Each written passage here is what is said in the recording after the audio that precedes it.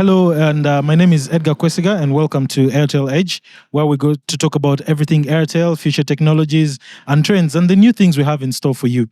With me, I have Mr. Dennis Kakonge, the Legal and Regulatory Director, and also the Company Secretary at Airtel Uganda. You're welcome, sir. Thank you, Edgar.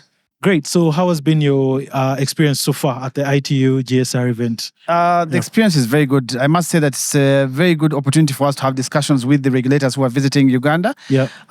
We're happy to partner with the government of Uganda as Airtel. Yeah. And provide a partnership to host this event. Sure.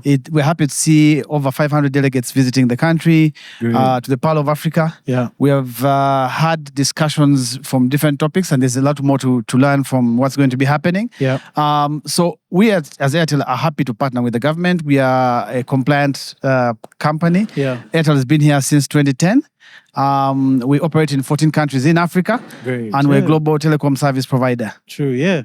So how does an event like this, the activities and the resolutions made, how do they directly impact Airtel as a business? So the ITU is a very important regulatory standard setting body. Yes. And what it does, it sets international standards for telecommunications. And we as Airtel participate in the different discussions at different levels. We are part of a group. So we are happy to have discussions with the different regulators from ITU because they set standards from different aspects like spectrum management, technology, and those standards, which are adopted by regulators. Yeah. And then they eventually become policy and regulation and law. Yeah. So for an event like this, it's important that we do, as a telecom provider, provide our input from a point of view of a services provider. True. So that we are able to ensure that our views are taken, and also ensure that regulation and business move together, because you need to have the business move at the same time as regulation, because regulation can stifle growth and investment. So we're happy to be part of this. And to answer your question on what does ITU do? They set global standards. They set regulatory standards on things like spectrum, equipment, and the like. Great. So how do we as Airtel implement some of these standards? So one, Airtel is a compliant company. Yeah. And compliance is one of our ethos. It's something that we follow at the heart. Yeah. We ensure that we are compliant with all government directives, our license obligations, our laws and regulations. Yeah. So it's an implementation of the law. It's a discussion of the law and regulation, and engaging to ensure that business grows in line with regulation. We don't, like I said earlier, you don't want to get a situation where regulation stifles growth. Yeah. And technology is ever evolving. It's fast evolving. It's something that you cannot stop from growing. It's providing solutions. We've had in the opening sessions the Director General of ITU talking about solutions being provided by innovators. Innovators, yes. So innovation and technology and regulation need to go hand in hand. Great.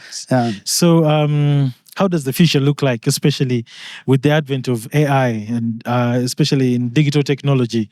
How does the future look like for Airtel and in terms of regulation and the like? So I think one AI and machine learning is a very interesting new area. A lot of research is going on. I think we've heard that the regulators have come up with some kind of policy. They've come up with a working draft. So there's a lot of engagement we need to get into. How do we deal with the standards? How do we ensure that AI is not frustrated? But then it is a new area for everyone. Yes. Like I mentioned, technology keeps on evolving fast. So AI, machine learning, robotics are something we are keen to learn about, provide our input, because it's the future. It's upon us. Yes. So we need to see how to work hand in hand and ensure that there is no that there's no negative resultant effect from whatever is come up with. Okay. But Airtel will be sitting at the table with the different forum, the stakeholders, to ensure that we provide our input. Great. And that's why we're here as well. Yeah. But definitely, that's why we're here. Yeah. And lastly, the elephant in the room, I could say, I've seen a couple of people coming to register for eSIM. Yes. But the key question now stands that who owns the eSIM? Okay, so first of all, the SIM card, Airtel was the first operator to to introduce eSIM in Uganda. Yeah. I'm happy and proud to be associated with that. The SIM card is a tool for communication. Yeah. Without the phone, you can't communicate without the SIM card. Yeah. But the beauty about eSIM, it allows you to have up to 10, depending on the manufacturer. Yeah. And I think most of the manufacturers of handsets have provided for 10 SIM cards, which are eSIM.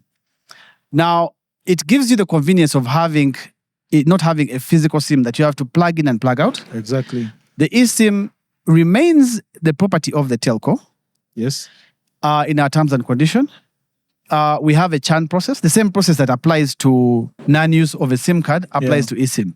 So if you're in the regulation of interception of communications regulations of 2023, if a SIM card is not used for a period of 90 days with a revenue generating activity, it can then be sold to another person.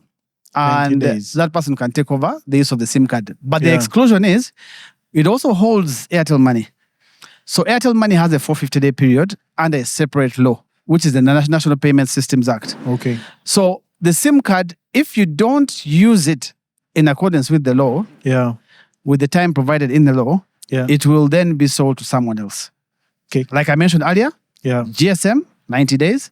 If you don't use it for mobile money, 450 days. 450 days, yes. Whatever is left in terms of your account, dormancy is sent to Bank of Uganda, and then the SIM card is sold to a new person. Of course, it's got to be registered. Yeah. And if a customer would like to replace an eSIM, they have to go through the same swap process. Same process, yeah. Same rules for a physical SIM apply to an eSIM. Okay.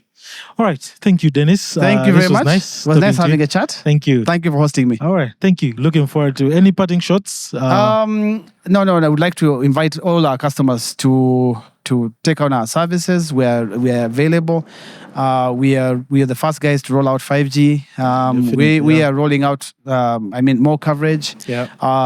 Please visit all our several touch points. We have several touch points across the country. Please do join Airtel and share your feedback on things you need for us to improve on. Great. Thank you. Thank you for your time. Cheers. See you guys. Thank you for watching. See you next time. Thank you. Airtel, a reason to imagine.